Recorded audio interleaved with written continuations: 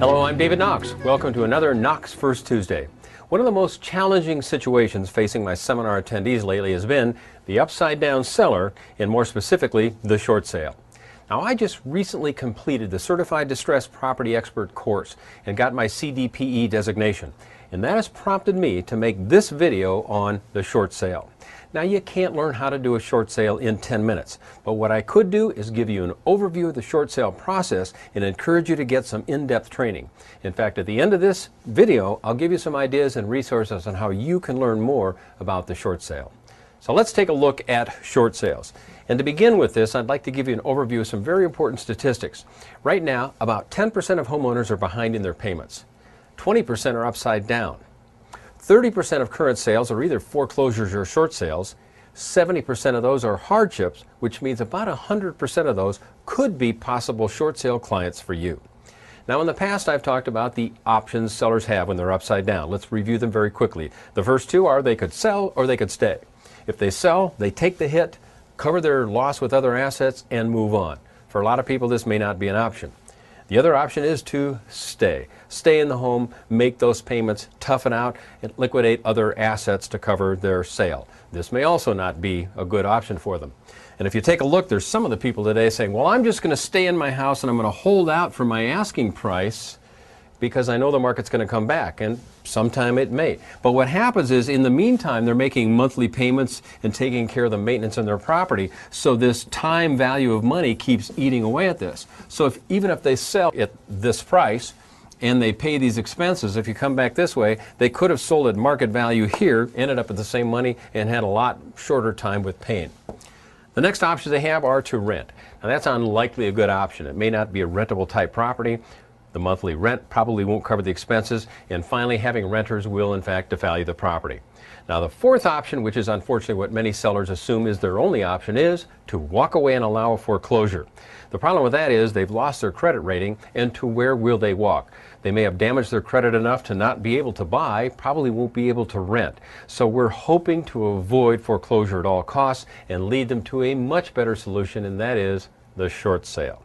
Let's take a look at a short sale. It requires two things. Number one, the mortgage amount exceeds the value of the property. But number two, the lender agrees to accept satisfaction of the mortgage with an amount less than currently owed.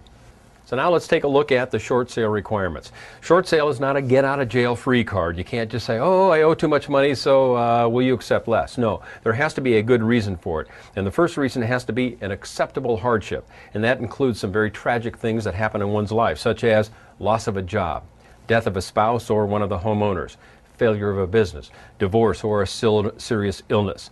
Now, this material change must have occurred from the time they bought the property up until now. It cannot have been a pre-existing condition. Next, there must be a monthly shortfall. That is, the sellers do not have the ability to make these monthly payments anymore. And finally, insolvency, which means in addition to not making the payments, they don't have the assets to cash in to pay off the mortgage. Now, let's take a look at the short sale process. It's a long process. In fact, when I talked to Bob Wolf from Real Estate Live 8 the other day, he said, David, I don't know why they call these short sales. They should be called long sales because they do take forever because there's a lot that goes into it. It begins with qualifying the seller in their situation. The minute you meet a seller and you suspect that they're in a short sale situation, you need to uncover all the information right now on the very first interview. Gather all the information, all the documentation on their mortgages, their debts, their financial status, income, you name it. Everything has to be uncovered right away. Next, you must establish a pricing strategy. When the home is put on the market, you need to show the lender that you did in fact try to sell it at market value and at a lower price and at a lower price for certain periods of time. Now, your pricing strategy obviously is tied to when is the property going to foreclose. Now you complete all the documentation and assemble a short sale package. And when you do this, you're ready to submit it to the lender, and you're waiting for one more thing, and that is a contract to sell. I was reading Active Rain yesterday, and there was a debate on if a seller gets multiple offers, should all the offers be submitted to the lender, or should the seller accept one? The answer that I like best is the seller still owns the property. The seller still makes a decision on which of these offers is a best offer. The seller should accept one offer, submit that to the lender. Keep the others as backups, okay? That's my advice on that. Let's take a look at what goes into the short sale package. The first thing is the executed purchase agreement from the buyer, the contract. Number 2 is the buyer pre-approval letter or letters. If you really want to do this right, have 2 letters from 2 different lending institutions. Include the preliminary HUD closing statement. Include the listing agreement, the listing history, the hardship letter written by the sellers, not by you, and finally pay stubs, financial statements, and tax returns. All added up, this could be a 150-page package. Very, very complete. Now let's take a look at some of the benefits of short sales. Number 1, these are good for the lender in spite of popular belief.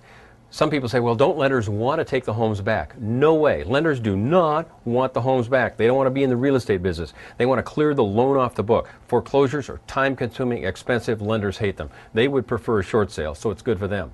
It's good for you, the real estate agent, because if in fact 30, 40, 50% of the homes in your area are short sales, and if you know how to handle them, it's good for you because it preserves part of your business.